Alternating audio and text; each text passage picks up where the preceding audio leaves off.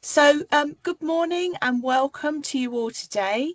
Thank you so much for joining our child branch and child field careers webinar. If you're joining live, you're very welcome. And if you're watching this on record, we also welcome you to today's session. My name is Debbie Cubitt.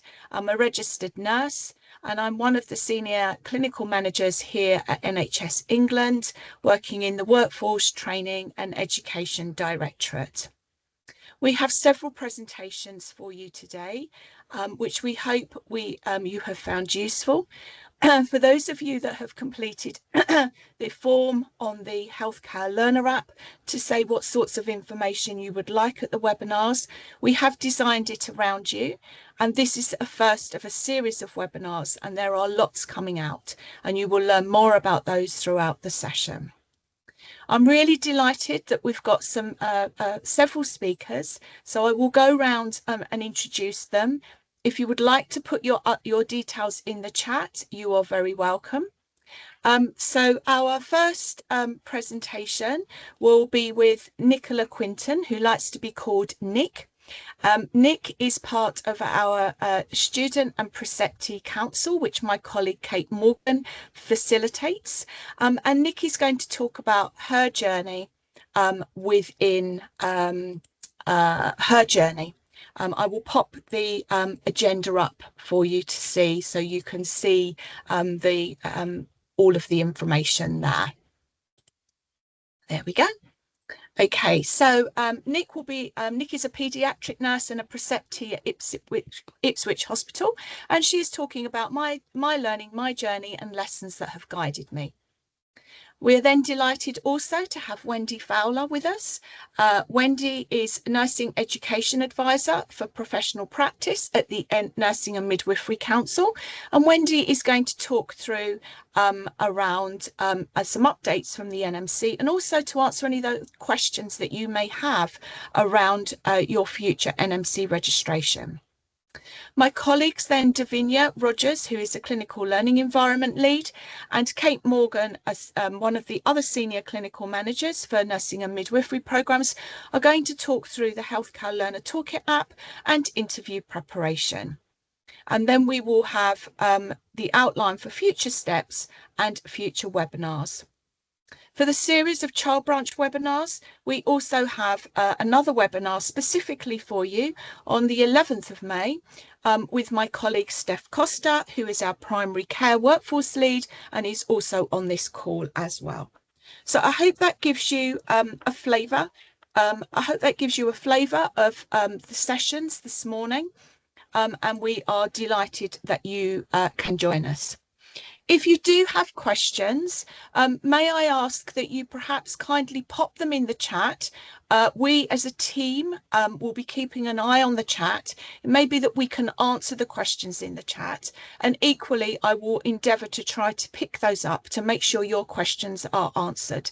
This webinar is designed for you, and therefore we want to make sure you get the maximum from it. I do have an evaluation form at the end, and as we have a series of webinars, it is really critical that you complete the evaluation form, please. I think there's 5 questions within it, because if there's things that we haven't covered at this webinar, we can then address them at our future webinars. Our webinar is being recorded today so that colleagues can watch it back at a future date. In addition, all webinars we are hoping will be recordable and watched back. So without further ado, I'd like to hand over to Nick. If I could ask my colleague Kate or Steph or Mandy, if you wouldn't mind doing the admissions, that would be wonderful. Thank you so much. And Nick, over to you. And we are absolutely delighted that you can be here. Thank you. Thank you so much for having me. This is a real pinch me moment. I can't believe I'm sitting here as a registered children's nurse. after all the years of hard work, and I know my fellow students will know exactly how I feel about that. So, yep, as Debbie kindly said, my name's Nicola Quinton. I'm a qualified children's nurse. I qualified in September, just gone, and I'm based across Ipswich Hospital in our emergency department and paediatric assessment unit. So they're two separate units, but as a staff team, we are combined. So I work across both. Which has been very interesting to learn alongside each other, but yeah, all very exciting stuff. So I've popped a little presentation together today. I really hope it might give a little bit of insight. I've done it off the back of my journey, but also insight from my fellow course team. So the course I studied was at the University of Suffolk. There was 21 of us, all based in different areas across the east of England. And I'm also part of a child nurse preceptorship through my trust. There's multiple trusts aligned to the preceptorship, and we visit a different trust hospital each month. So I recently had my respiratory day on Monday, based at West Suffolk Hospital, which was really insightful. But that also gave me a chance to have a chat with some people that weren't on my course about their journey. So I've really tried to make this discussion as comprehensive as possible. So hopefully it helps. This is a little picture of me working my first Christmas as a qualified nurse, hence the antlers. Thanks, Debbie. Okie dokie. So I'm going to start with some practical ideas. So these are some ideas that I popped in place while I was still a student. I am a mature student, so I am in my late 30s. So nursing is a second career to me. I was previously a bank manager in a previous life, and then worked in primary education between that and going into nursing, sort of following the dream of working with children. So I've got a little bit of knowledge about sort of the recruitment world and staffing. So I really try to pull on those skills when I was thinking about jobs, because I knew that it could potentially be tricky once qualified. So what I did throughout my all 3 years really, but especially in the third year, is I was proactive and as creative as possible with placement opportunities. So at the start of my third year, I knew what placement areas I hadn't had opportunities to go to, and I knew things that were really important to me. Not necessarily because I definitely wanted to work there when I qualified, but I felt it was really important to my career to have an insight in as many areas as possible. So when I met children once qualified, I could really sort of like connect with maybe their journeys to how they'd come across my services. So things like school nursing, health visiting, the children's hospice, the community team, a day surgery department, all things that potentially you wouldn't have a long placement in, but things that I definitely wanted to touch upon. Now, it became clear there wasn't going to be enough time during our third year for all of the team to have a chance to have placements in those areas. So I actually liaised with our placement team directly and sort of explained where we were placed and how actually a lot of us maybe hadn't had a chance to have these, but we would be so happy to maybe have them added on to a longer placement as a spoke. And actually the placement team were really supportive of that. So a lot of us in our third year, we had, say, maybe an 8-week placement, but we had 6 weeks, say, on the ward, continuing to enhance our acute skills, and then 2 week tapped on with like the community team or the hospice. And that was really, really good. So I would definitely say don't hesitate to ask, just because maybe that's not advertised as an option. It's always worth throwing it out there. Really think about those skills that you want to qualify with. I think it goes without saying, but really forge those professional connections. I remember at the start of my course, they sort of said, these are, placements to learn, but they're also almost like an ongoing interview. But that works both ways. So each time I had a placement, I was thinking, is this the type of environment I want to work at? But equally, are they thinking that they would want to employ me? Because you've got that chance to go the extra mile and really, are they going to remember you when your placement's finished?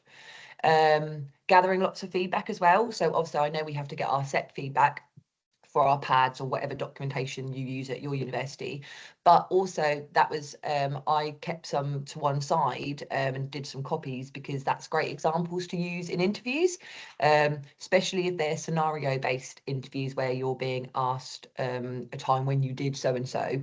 You can say, well, actually I did this, and actually this was the result. I actually received this feedback, whether it's from a colleague or a service user. And then again, leading on to taking notes of those practical experiences, because you really want to bring that interview to life with your lived work experience. So going to preparation. So something we did in third year is we all created an account profile on Track. So Track by the NHS is one of the onboarding systems, and a lot of the NHS jobs will use Track for your application. So Track is actually something that you can log on to and create a profile before you're even applying for a job.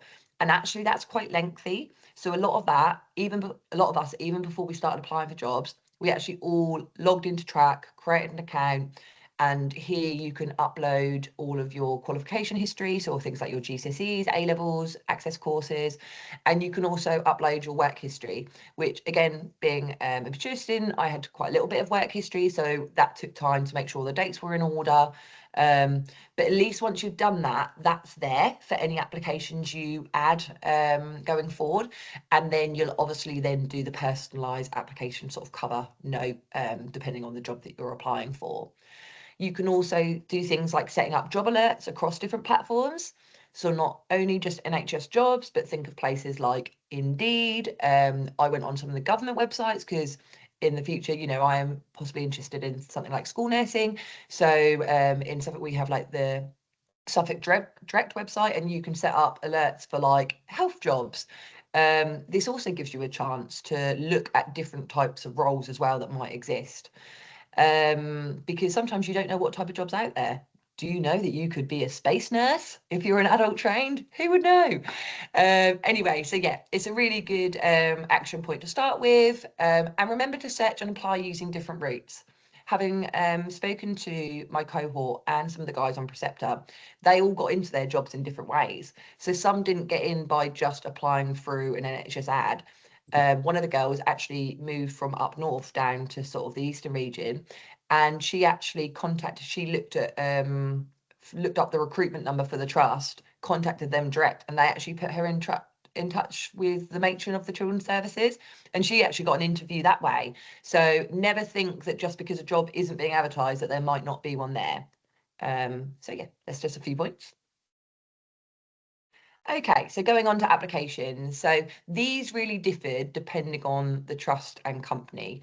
So I've got a really vivid memory of sitting in the library with lots of my closest friends at uni, and we were all talking about applications and everything. So firstly, I would say try not to compare yourself and your journeys, because it can be quite a emotive time. People can feel stressed, they're trying to look for jobs, people are having successes, people are having declines. Try and hold each other together, support each other, and learn from each of those steps. And like I said, it very much differed. So the application process, the interview process, and then onboarding was all different depending on what trust you went for. So really be aware of that. Just because your friends applied for a trust and they haven't been asked something doesn't mean that you won't be. So when applying, study that job specification carefully. Remember to use the keywords that are used in the job advert. More and more companies now are using AI to filter and CV mine. So if you're not using those keywords, your application could be missed. So yeah, really, try and tailor it to that. And then, be proactive and engaging when you're tracking and responding to recruiters. If they've asked you to send ID over, do that swiftly. If they've asked you for your references or DBS checks further down the line, do that as swiftly as possible, because you never know what could change, and you want to make sure that you're being as proactive as possible. Okay, so a little insight on the interview process, again, from my experience and others. So the key bit, prepare. So research the trust. The people interviewing are going to want to know that you've read up a little bit on that trust specifically. What's the location like? What different services within paediatrics does it offer? Again, from my preceptorship and going to different hospitals, they've all been so different. So definitely look that up. You should be able to find that information on their website. What are their values? Why do you want to work there? What can you bring to the team? What are your transferable skills? I found one of my biggest transferable skills have been my customer service skills, because actually you could align many of those skills to supporting families and children by just giving a great experience. What are your career goals? Be aware, one of the girls said, be aware of recent industry changes. So she'd actually taken a few months out to do a little bit of traveling before starting her role.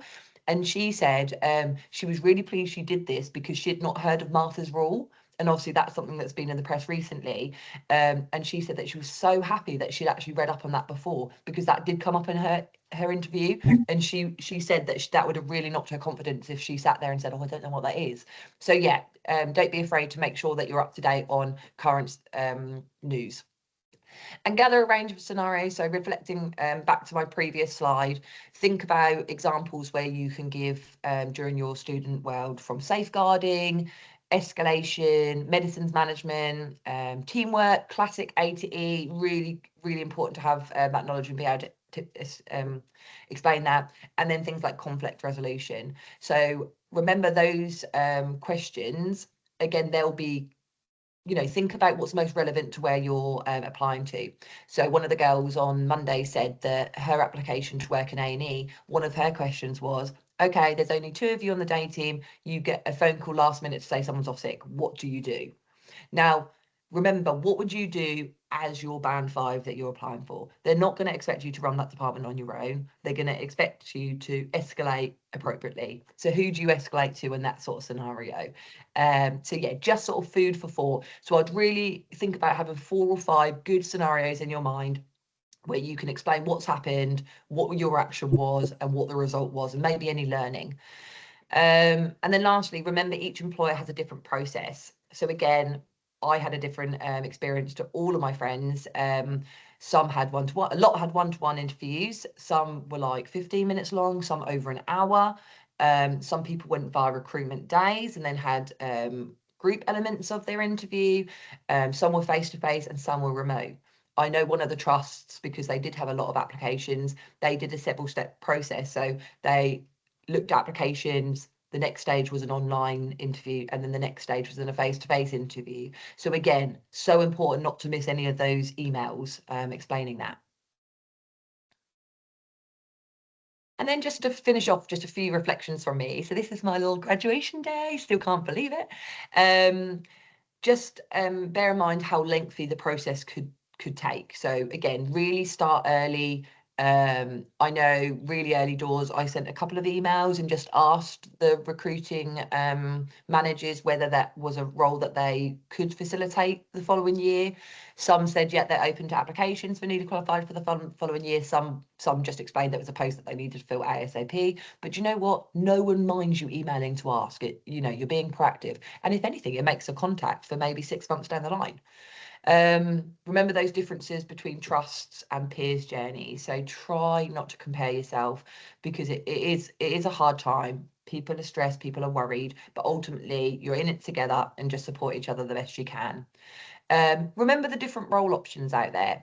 So I mentioned, the space nurse, but in regards to pediatrics, a lot of my colleagues, one of them went to work in a residential home for children with additional needs as their in-house nurse. Amazing. Someone else had been waiting for a certain role to come up in a hospital she wanted. So in the meantime, she did some one-to-one care out in the community. So you could go into primary care. There's so many different routes. So don't feel disheartened if maybe your key acute hospital isn't advertising. Just because they're not advertising yet doesn't mean those adverts won't come out. So hang in there. Prepare yourself for those challenges. Surround yourself with people that care about you. Lean on your family and friends, and just be kind to yourself. I hope that's been helpful, guys. Sorry if I speak a little bit fast. I won't put my details in the notes, because for some reason, if I open the notes, it shuts my Teams down. But happy for you to get my email address from Debbie if anyone wanted any more support. Take care. Oh, Nick, that was just simply absolutely awesome. Absolutely brilliant. I'm going to put my hand up and say I didn't know you could get a role as a space nurse. Yes. Thank you for telling me that. Your journey and your reflections are so key for people. I think some of the take homes that I've got are, you don't know what jobs are out there. and remember the different role options as well. But your presentation was so clear, so confident, so open and honest, and really demonstrated the journey that you've been on, and also the experience that I know you and I talked about on a one-to-one basis prior to this session, that you've had in previously. So thank you so much for sharing your journey. I think we've got time for perhaps, I'm going to stop sharing just for a minute. I think we've got time for perhaps one question, or if people feel worried or apprehensive about asking a question within the session, if you like to just pop it in the chat, that would equally be excellent, and we can pick that up later. So does anybody have any questions for Nick at all? Wendy also wants to be a space nurse. Yeah. Okay. So if you are worried or apprehensive and think, oh, my question's not a great question, every question really matters. It's your question, it's your journey, and we are here to listen. So, and to help you. So if you feel anxious, please just pop your question in the chat and we will pick that up. So, thank you, Nick. I'm hoping that you can perhaps stay on to the end. And again, very kind offer for people to have your email address as well. And we wish you all the very, very, very best with your preceptorship programme, and look forward to hearing more about your journey, which I know that you will be sharing at some stage with the Student and Preceptee Council. So really well done, and very, very big thank you. So I'm going to hand over to Wendy now. And I confess, I did ask Wendy a series of questions, which I thought might be useful, that we'd sort of collected as a team from various conversations with learners. So I know Wendy's going to give a bit of an overview about the NMC, what the NMC does, a bit about the code, a bit about revalidation. But I know, Wendy, you're going to kind of try and answer those nitty-gritty questions that hopefully will be meaningful and useful for our students. So I'll pull your slides up, and thank you so much.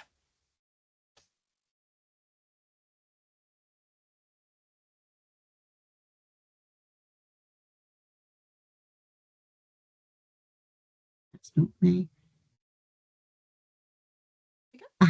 There we are. That's me. Hello. Good morning, everyone. Hello. My name's Wendy Fowler. I'm a nursing education advisor here at the NMC. I'm a trauma and orthopaedic nurse by background, and I've worked in practice education. Oh, back up. Have the one before, please. Sorry. I'm a registered nurse. I'm actually a registered general nurse because I am very old, which meant I did some children's nursing as part of my programme.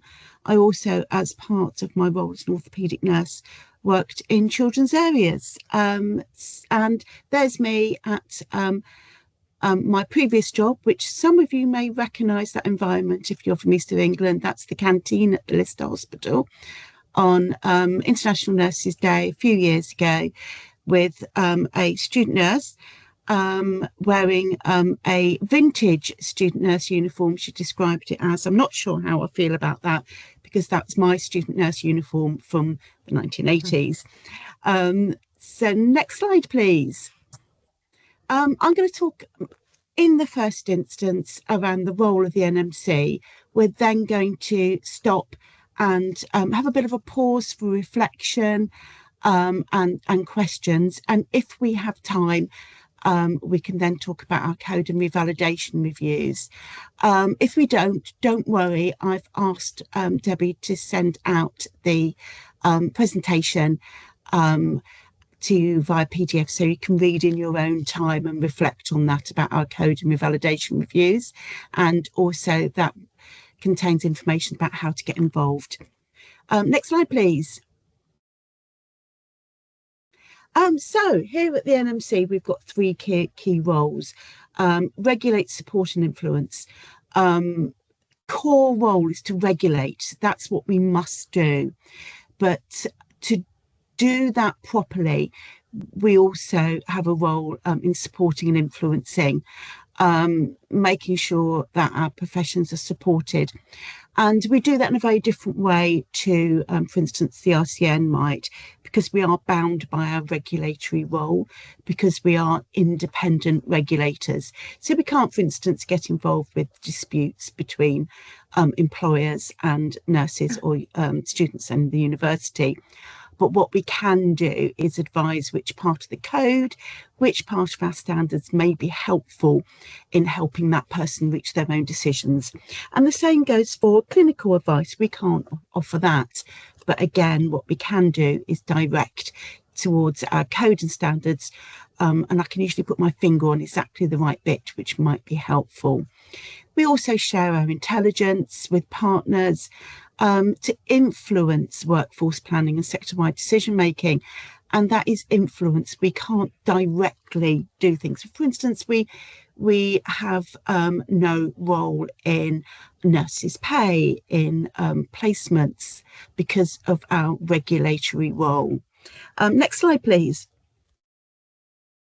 So I've talked about what we don't do. This is what we do. Starting in that bottom left-hand purple circle is around our role with standards, and this is about setting high education and professional standards. So when nurses, midwives, nursing associates qualify and practice, they're confident they have the right skills and knowledge.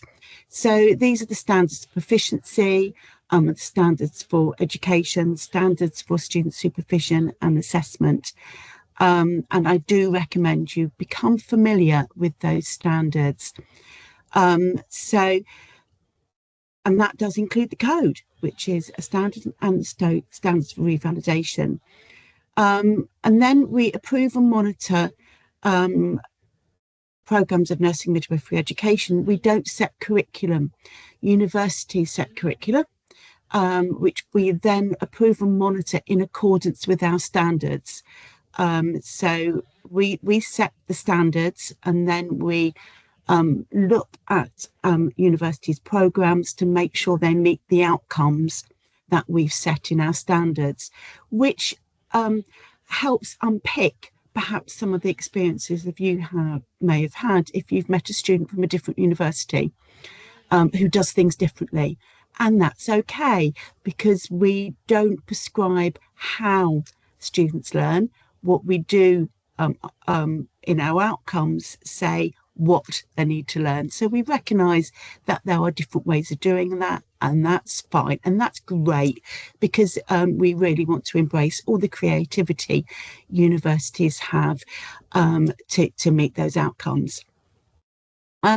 We maintain the register of professionals, and maintaining that register is about the integrity of that register, making sure that the right people are on that register, and that this again is for students who qualify and get onto the register that way, people who have qualifications overseas and follow our test of competence to join the register, and people who may be returning to practice after a break. We also investigate concerns, a tiny minority, and just say, if you could all just pop in the chat box your guess about the percentage of nurses, midwives and nursing associates who come to the attention of fitness to practice. Wrong answers absolutely allowed. Go for it. Just have a guess at the percentage. I'll carry on, but you just pop those in. And we also promote lifelong learning in different ways, and mostly via revalidation. Revalidation being the process that registrants show that they have the skills, knowledge and experience to remain on the register. Okay, so I've got some guesses coming in, some estimates. So we've got 7%, 5%, 12%, 2%, 10%, Corinne, 1%, 15%, 1% for NAs. Well, this is for all our registrants. 15. Well, the answer is Corinne and Sue is our closest. It's actually fewer than 1%. It feels like more, and that is because 1.2% of the UK register of the UK population is a nurse, midwife, or nursing associate. There are a lot of us, so it feels like more. And before I move on to answer some of your questions, have you signed up for our newsletters? There are newsletters for nurses and nursing associate, midwives, students, educators, employees, and the public. You can sign up for all of them, some of them, whatever takes your fancy, and there is the link there of how you can do that. So let's have our pause for reflections and questions. And well done for the guests for fewer than 1%. You're right. Lovely, Wendy, thank you. I'm sure that students and learners on the call will have some questions, but if I may, these are some of the questions that have come our way. So I'm hoping these will support. And I also know that you want to be able to give us the absolute definitive right answer. So you may say, I need to check with the registrations team for their answer. So the first question that I have is, how long does it take to register for an NMC PIN? So when I qualify, how long roughly will it take? And Nick may be able to remember as well.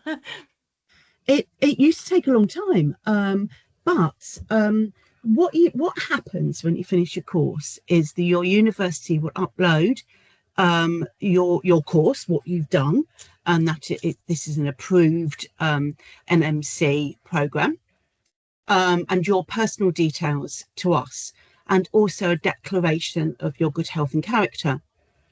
And then we will send you a letter to let you know that we've received this, and give you instructions to create your My NMC account. And that My NMC account is your portal for everything around your registration. I've just updated mine because I am revalidating quite soon, so I checked in with that because I revalidate via that portal. So you use that My NMC account to pay the registration fee. It's £120. Fill in your application, and at that point you do need to declare any police cautions or criminal convictions, which I'm sure you've been doing at the university as you go along, which is an obligation as a student nurse. We review that application, and if we've got everything we need, you'll be on the register between 2 and 10 working days. Sometimes you might need a bit more information, and if that happens, we'll keep you updated. One thing that you need to do that's really important is to make sure that you add an email address called no reply at nmcuk.org to your safe senders list. Otherwise, there is a risk that this goes into your junk. And then once that's done, you can download and print your statement of entry. And there's I'm just going to pop a link in the chat which tells you everything you need to know. Here it comes. She says. That's perfect, Wendy. Thank you so much for that clarity. And Nick, real life experience, does that roughly fit with your life experience too? Yeah. I was just having a quick look through my emails actually to find out. Yeah, so we had my uni, we had a system called Grad Intelligence, where we had to download so each year it would add on your university points, I think, like your credits, and then for the final year, that's where your classification would appear. So the uni then sent that on to the NMC, and I was just having a little look. So at the start of September, I created an NMC account, and then you have to go on to pay for your registration. And I think on here, literally 4 days later, I then had an email confirming that I was then on the register. So what I did then with that, and when I got my classification through, I then forwarded those to my employer who I was waiting to start with. Because as much as they should get that information. They said it, you know, to speed things up, it's quick if you forward it as well. So Yeah, again, it's just being proactive. on it with creating those things. Yeah. Lovely. So yep, so good. So that's fantastic. Thank you. Next question, Wendy, if I may. If I don't have a registered nurse post, if I haven't managed to secure one, should I still apply for my NMC pin, and why? Okay. There is a time limit, but there isn't a time limit. There is no actual time limit, but if you apply more than 6 months after finishing your course, we will ask for a bit more information as part of the application process. And this is absolutely your choice. I can't tell you what to do. The NMC doesn't really have a stand on this, but instead of NMC me, I consulted Nurse Me on this as a former employer of nurses. If I was looking to employ a nurse, and if they said, I didn't have a job straight away, but I applied for my PIN, because when I've got my PIN, that means that any study I do, any reading I do will count towards my revalidation. It means that I can start work very quickly. It means I'm keen. I think that might help me make a decision about who to employ. That's not NMC advice. That's me. That's Nurse Me speaking. And it does mean that you'll be ready very, very quickly. And in terms of your first role, my advice is, and I think it echoes a bit of what Nick says, your first job is not your forever job. Maybe, and I think a lot of people get very tied up thinking this is going to be my forever job, this is what I want to be. Actually, be a bit flexible, think about what opportunities there are, and think, will I be supported in this role to develop, to become the nurse I want to be? So maybe that little bit of flexibility is a bit of advice. Can I work as a as a student nurse, as a a support worker when I'm a registered nurse? We can't tell you what work you can or can't do. You can work in a shop if you want. That's not our business at the NMC. However, any role you take as a support worker, there's 2 things you need to remember. Firstly, that those practice hours cannot accrue for your revalidation, because it's not practice as a registered nurse. Secondly, although you're working as a student nurse, you're still, if you're on the register, working under the code, so parts of that code will still absolutely apply to you. In fact, all of it does. So things like section 20, I think, acting in case of emergency, and an emergency is not we haven't got someone to do the 6 o'clock drugs. It's section 16, beg me pardon, or 15, about always offer help in emergency if you're practice setting, in your practice setting or anyone else. It's also escalating concerns and behaviour outside work, all applies to you as a registrant. So it's really important, if you do take that CSW role, you have a very frank and honest discussion with your employer saying, I am a registrant. Please, can we be very clear about my role here as a support worker? Talk about exactly what I've discussed. Clear blue water between you as a registrant and taking on that support worker role. Lovely. That's really clear, Wendy, and I'm sure really, really helpful. So thank you so much. And then in the last minute that we have with you, although if any of you've got any questions, please don't be afraid to either put your hand up or pop them in the chat. No question is a silly question. They're my favourite. So my final question, Wendy, that students have asked us is, if I choose not to revalidate, if I choose not to register with the NMC, how would I revalidate? You can't revalidate unless you have your practice hours, which is, let me think, it's 250 350 practice hours over 3 years, but you've got 3 years to do that. 350 hours is around 6 weeks full time. So it's not a lot. We recognise that when we think about revalidation, because we know that people have maternity leave. Somebody, you know, might have a period of sickness. So it's really, really important that, you know, just remember those practice hours of 350. Also, you need your CPD and feedback, but you have got 6 months, and even after that 6 months, we just need more information from you.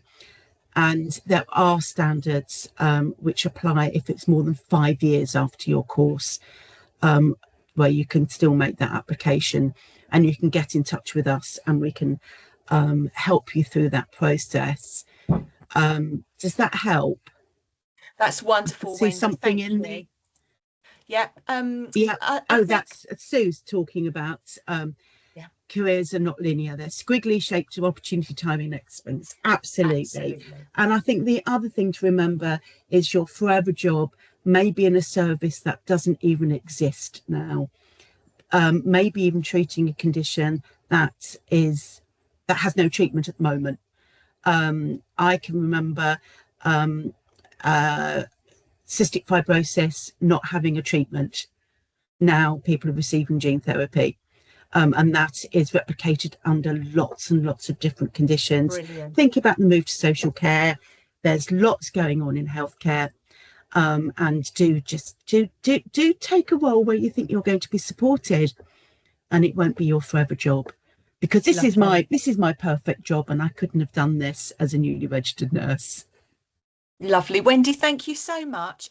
And I know Sue's kindly put the minimum practice hours in the chat. For some of you on the call, you may be thinking, revalidation, what does that mean? I'm not really quite sure what that means.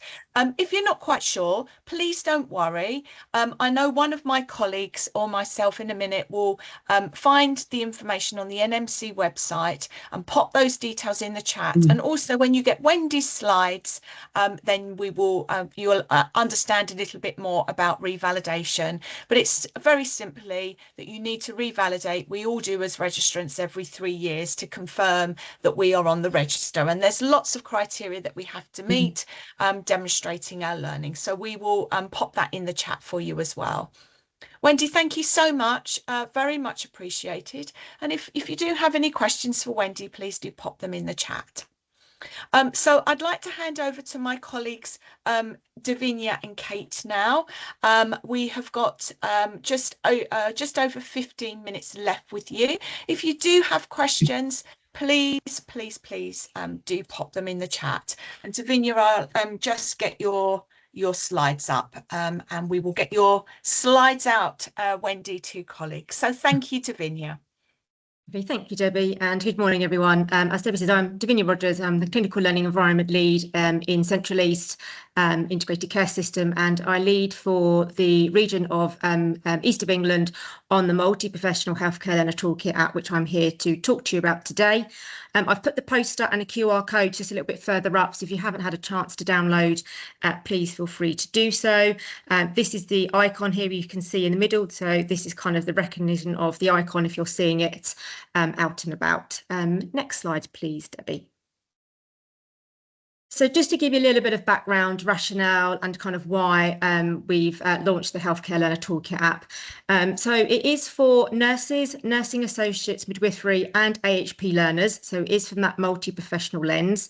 It's really around enhancing that quality of learning. So what we know is there's lots of information out there, but it's how you get access to that information. So the plan with the Healthcare Learner Toolkit app is to bring all of that information into one place, into a mobile app that you can have on your phone, and you can access it 24/7 whenever you want to. And we know that from evidence out there, so there was a repair project done back in 2018, which indicated some reasons why you might think about leaving a programme. And that could be due to academic concerns, it could be financial, it could be that feeling of being overwhelmed, doubting your clinical ability. And we're not saying the app is going to fix all of that, but actually by bringing all of the information and support into one place, we really help to have a positive impact and to make a difference to that.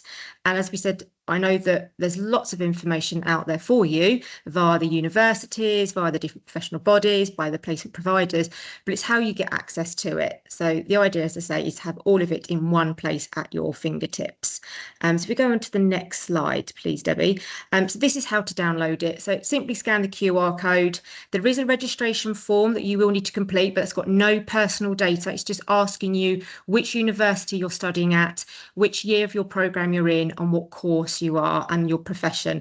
And that is purely just from a data point of view that we can then track how many children's nurses we've got using the app versus how many physios we've got using the app, and that helps us to tailor some of our recruitment and obviously our marketing. We've got lots of promotional resources, so there's the poster there and there's a video or a YouTube clip again that will be live for you to watch and share with your peers and your colleagues later. And just a bit of speech bubble in the middle there. We've had lots of feedback from students, and I'm always wanting feedback. So if you're currently using the app and you've got some feedback to share with me, I would welcome it. If you go on to download it from today and have a good look through and have some thoughts and feedback at a later stage, please do email me because it is for you. So really value your input. But we've had lots of feedback around the different formats make a massive difference. So we've got videos, we've got links, you can telephone, you can email directly out of the app. So lots of different kind of learning styles and lots of different access tools to make it easier for everyone. Next slide, please, Debbie. So as I kind of said, it is around supporting you. It is around supporting you from the start of your journey at university right the way through to that transition into employment. So you can see on the screenshot here, this is the front page of the Hertfordshire Counties app. Within the east of England, we've got 6 counties. So depending on where your placement is, you might prefer to have a look at the Bedfordshire page or the Cambridgeshire page or the Hertfordshire page. You can go between all of them. You're not restricted to one. You can flick between all of them. Under the university tab, all of the 6 universities in the east of England are listed on every single page. So that doesn't make a difference. It's more around where your placement is. If your placement is more situated in Hertfordshire, then under the placement profile tile is where you'll find all of that information around placements. Under the Bedfordshire page, you'll find all of the providers in Bedfordshire and so forth. But really the key things to highlight from today, and I've got a few more screenshots coming up, is the career preparation tile, which is that tile there on the bottom left, where we've got lots of information to help support that transition into employment.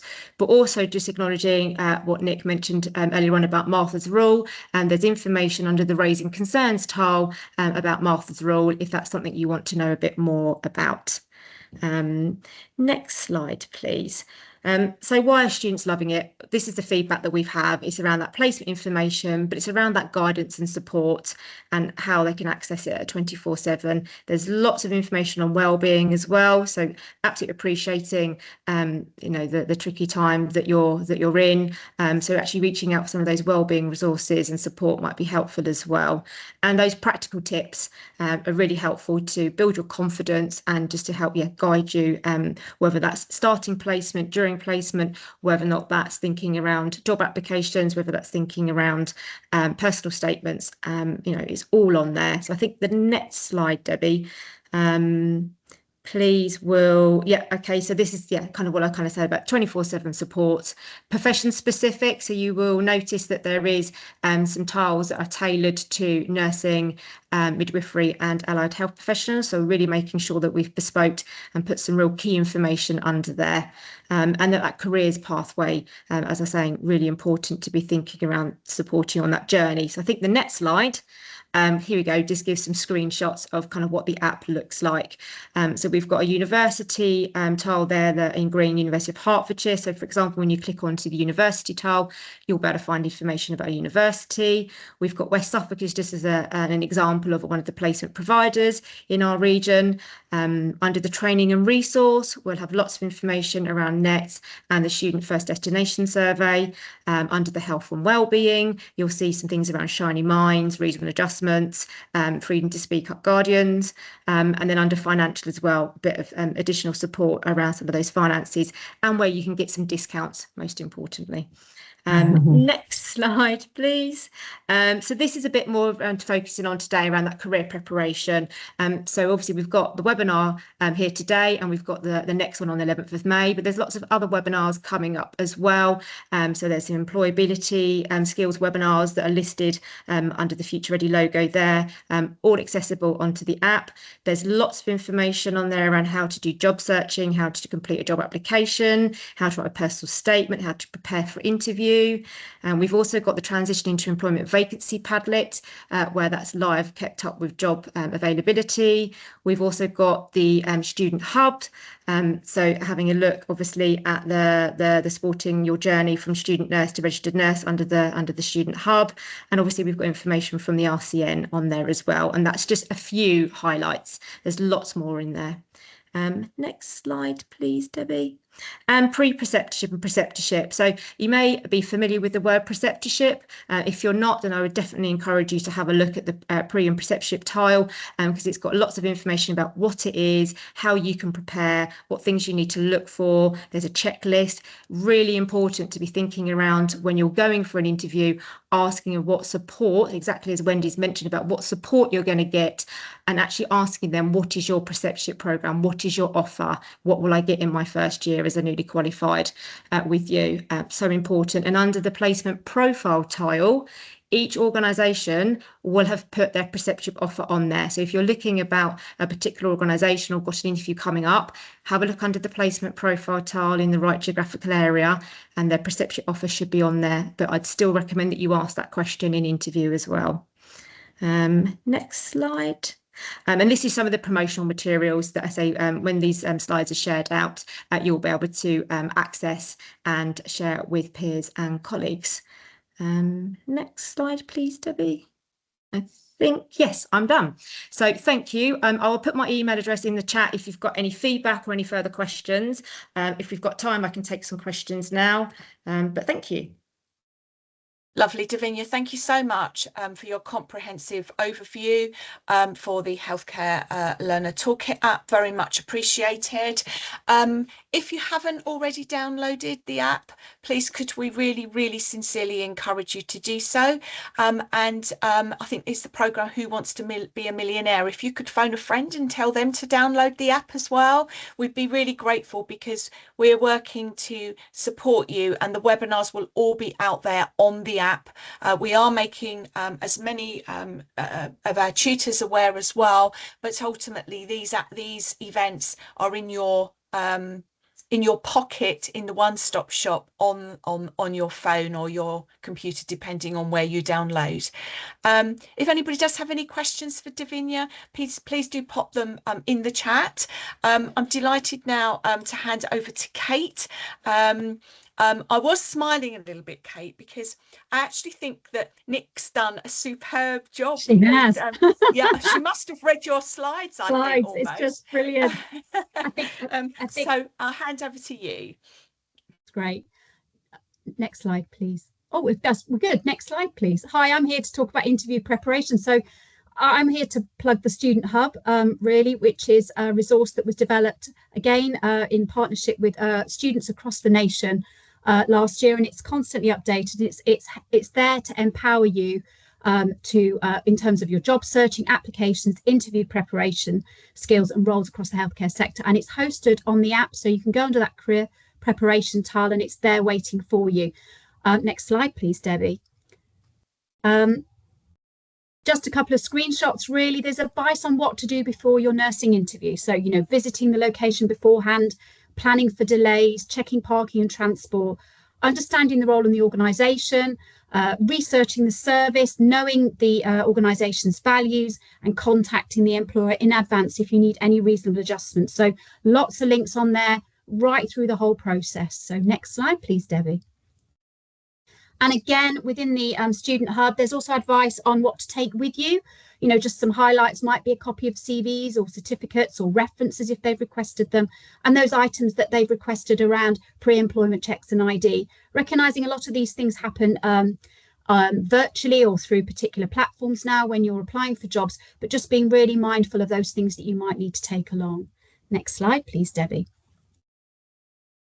And then there's lots of videos also on YouTube. I've put some links in the chat that will take you to the right place. But if you want to have a look at some additional videos, again, there's also videos within the hub itself. So please do. Next slide, please, Debbie.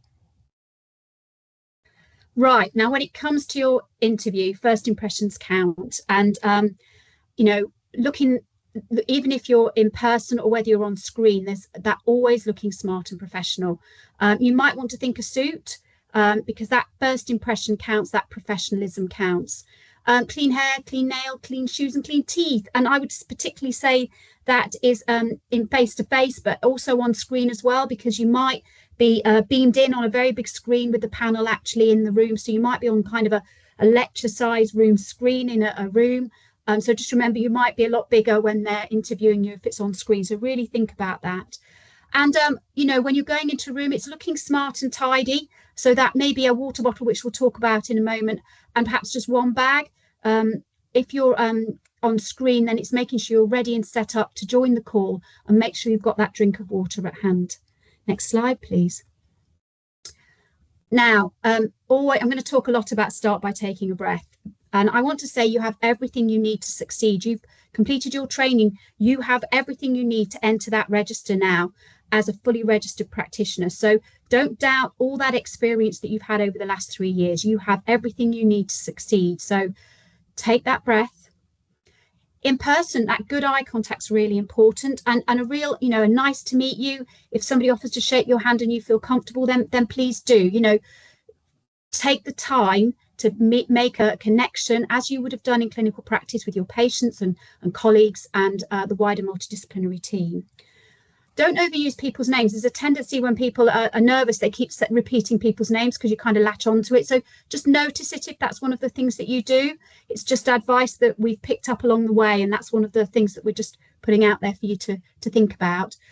Really listen to instructions carefully. When you're nervous, it's really hard to take in information. So it is about just taking a breath and taking in any instructions really carefully. Scan the panel. Don't just focus on one person. You know, that eye contact across the whole panel means that you're including everyone. Again, think what you would do in clinical practice. You would be looking at more than one person if you're in a multidisciplinary team meeting. So it's just about keeping everybody included while you're talking and while you're listening. Try to say positive things. You know, if you're going to moan about your journey on the way in, that's probably not the first thing to start talking about. Perhaps start with a smile and being polite to everyone you meet on the way in and on the way out. So, you know, trying to say those positive things while you're there about whatever it is, even if it's about the weather. Now, if you're on screen, engage and look at the screen. Again, it's always that greeting of nice to meet you, or it's lovely to be here, or again, don't overuse people's names. It's quite often because their names are in the underneath their headings on a call that you might use their names more, but just remember not to overuse them. Listen to instructions carefully. Again, try to say positive things and smile and be polite. And I think that's really important. Thank you. Next slide, please, Debbie. Managing those nerves, ask for support early. You need to know what adrenaline does to you and your coping mechanisms. So do speak to the people that you trust and know, whether it's your current practice assessor or supervisor, whether it's your personal tutor, whether it's your friends, family, or extended advice and support that you can get from your education teams. Deep breathing, you know, you may do the 7-11 where you breathe in for 7 and out for 11, or box breathing, but just get your breathing under control. And sitting up straight can often make that difference in enabling you to just breathe. And we know that breathing just calms that adrenaline down. And just staying really well hydrated and eating well. Nerves can really affect what you ingest, but actually looking after yourself is really important when you're preparing for something like an interview. And when you're in that interview, there are 5 ways to give yourselves time to think. A drink of water just buys you a bit of time. You can say, please, can you repeat the question? Or I'm a little nervous, please, can you repeat the question? You can also paraphrase the question back for clarity by just saying, I think you're asking. And, you know, you can also say that's a good or thought-provoking or really interesting question, just to get you some time to catch up. Next slide, please, Debbie. Get that first answer to the question right. You know, why do you want the job? Take yourself out on a walk and really think about why you want the job and get it nice and tidy in, you know, 4 to 5 reasons, so you can pick and choose what you want to say on the day, depending on whether it's why you want the job or why do you want to work here.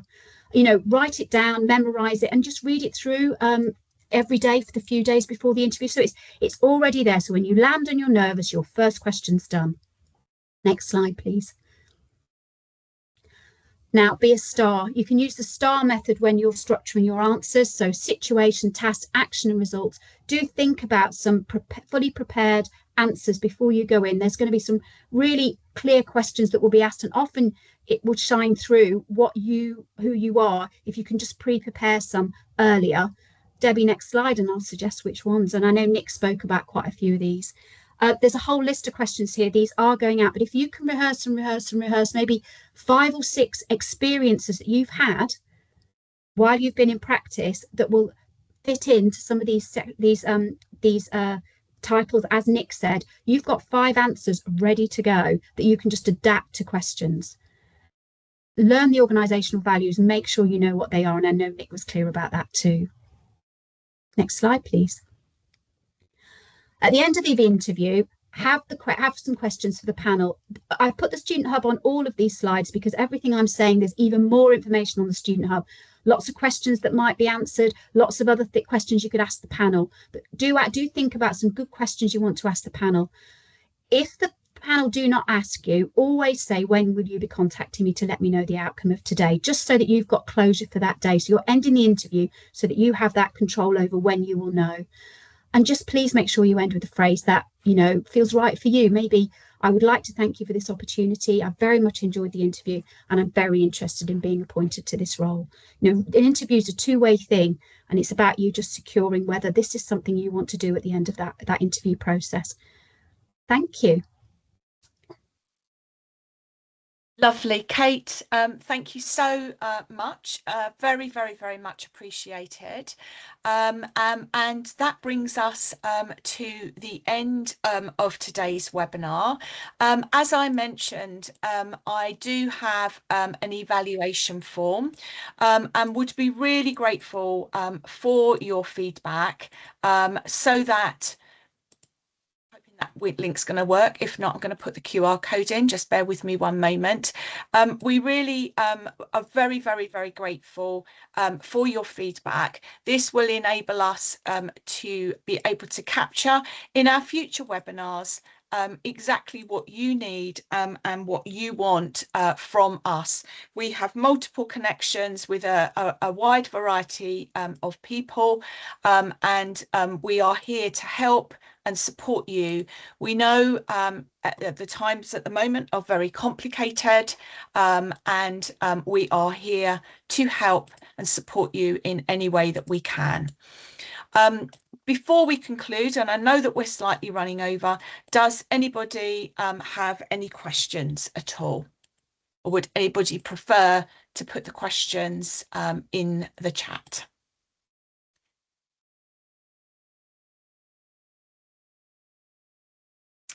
In addition, on the evaluation form, it does ask for your email address. There's 5 questions. If you complete the form, that will enable me to have your email address in order to be able to send you the slides on. So if there are no further questions, I would like to say a really, really massive thank you to all of our presenters, to Nick, Wendy, Davinia and Kate, but I would like to particularly, if I may, and I haven't got favoritism, but I would particularly like to say a massive thank you to Nick for her presentation, openness, and a very clear presentation about the journey that she's been on. It was very impactful, Nick, and I'm sure it has impacted very much on our learners and students on the call. Hopefully you will have all had your letter from Louise Ashley, who is our chief nurse in the east of England. And within that does offer extra support with an email address to the Nursing and Midwifery inbox. We are the faces behind the Nursing and Midwifery inbox. So if you would like to follow through on the offer from that letter, then please don't hesitate to email. On behalf of myself and the team here at NHS England, Workforce Training and Education Directorate, a very sincere and grateful thank you for attending today's webinar, and I wish you every luck and every success with your career and your job planning. Thank you and goodbye. Thank you all. Bye-bye. Bye.